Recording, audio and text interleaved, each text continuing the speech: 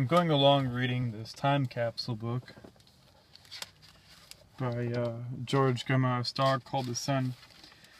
And I think I like it a lot because he doesn't really talk about Big Bang as much as a lot of the other books do concerning astronomy.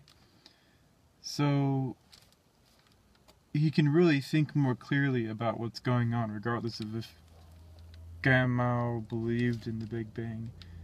Today is August 2nd, 2015. It was written in 1964, so that means this book, it really has some age to it. 36 plus 51 years ago this book was written. And I noticed on page 127,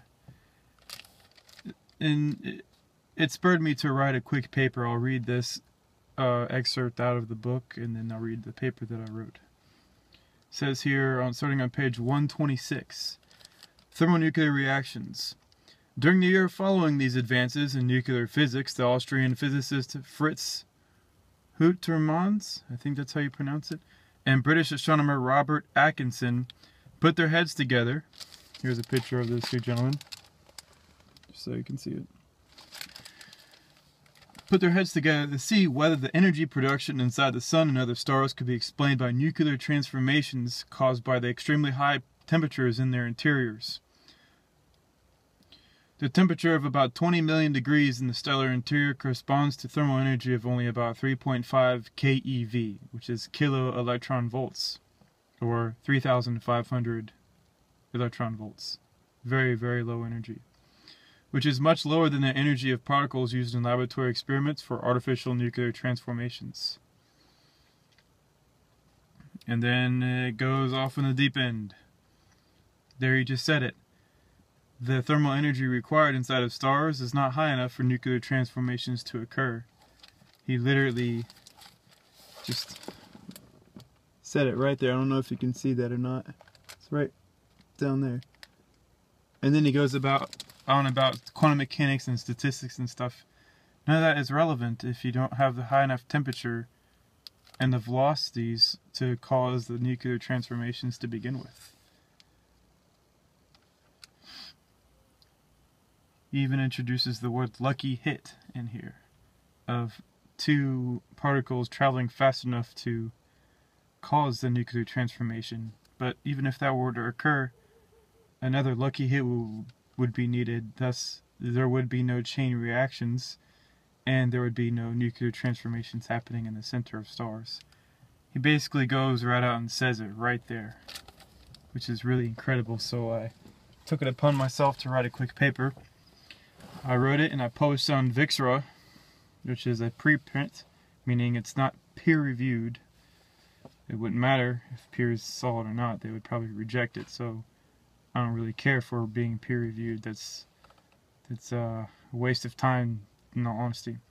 But the paper is entitled, and I'll link it to the bottom of this video, "The Misplacement of Fusion Reactions in Stars." It's a very short paper.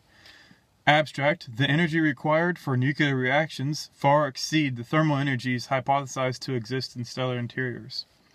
The thermal energy of 20 million degrees equates to about 3.5 keV, or kilo electron volts. The energies required for fusion nuclear transformation is many MeV, or a million electron volts. This means the interior of stars do not possess the required energies for fusion reactions or nuclear transformations to take place, even if their interiors possess great temperatures. The actual location for nuclear transformations exists in radio galaxy jets and other high-energy phenomena such as quasars and pulsars, where the energies of accelerated particles are well above the required energies for nuclear transformations. Eddington, he's a big cause for a lot of this mess. Atkinson and Houtermans, who made mathematical derivations off of Eddington's mess, took students on the wrong path of discovery concerning the location of nuclear transformations. The correction and observations in sound science are as follows. Essentially, you'll get what I'm saying as I go along here. Stars are electrochemical, thermochemical, and are actively engaged in vast chemical exothermic combination reactions. They are not nuclear whatsoever.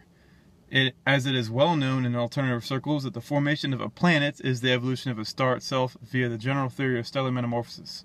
The nuclear age came to be absent understanding where nuclear reactions were taking place in the universe, as the discoveries required to adequately place them were not made yet. The existence of radio galaxies was not known, nor the high-energy particle jets which they exhibit, creating all the matter necessary for star formation. What this will lead to is scientists thinking quasars, pulsars, and other types of high-energy phenomena rely on strange matter and exotic theoretical ideas which have no basis in reality. What is more appropriate is to place stars in the arena of chemists and those who study rocks and minerals, and redirect the processes of nuclear transformations where the energies and velocities are high enough for them to occur. If this is not done, then there will be a great waste of resources chasing the misplaced ideas. Essentially, you had progress being made in understanding nuclear reactions, but the field of astronomy was not catching up to it. We made all this progress with nuclear reactions and particle accelerators and all this stuff, and it's way up here. But the actual observations and tools we needed to make the observations of these events did not exist yet. So what happened is that, oh well, since we can't see any of it, these nuclear things must be inside of stars, because we see a lot of those. So essentially what happened was the observations required did not exist yet to correctly place the process of nuclear transformations. But now that we have the correct place to put nuclear transformations, such as quasars, pulsars, and active galaxies and radio galaxy jets, that's where nuclear reactions should be taking place. That's where the congruence should be happening right now. And stars should be placed back where they belong, inside of the concept of Lord Kelvin and von Helmholtz, where they are mostly powered via gravitational collapse, causing large-scale chemical reactions to take place, fueling the, activation energy for a lot of the chemical reactions take place in, electrochemical and redox reactions. And by doing that, we can solve a lot of the problems that we have. A lot of the ideas that scientists have, such as, oh well, stars are fusion reactors. Now, what about brown dwarfs? Are those fusing any deuterium? Those kinds of questions are kind of ridiculous if you think about it, because there was never any fusion happening to begin with. There was misplaced concepts. They had the advanced nuclear understanding, but they didn't have the observations to back it up. So naturally, I guess what you could call is the bandwagon effect. You had some people believing this is how it works, and then when everybody was going into the field of astronomy and stuff, that they just completely went off into oblivion with it, and they went overboard. So yeah, we gotta get back on track. Today is August 2nd, 2015. Later.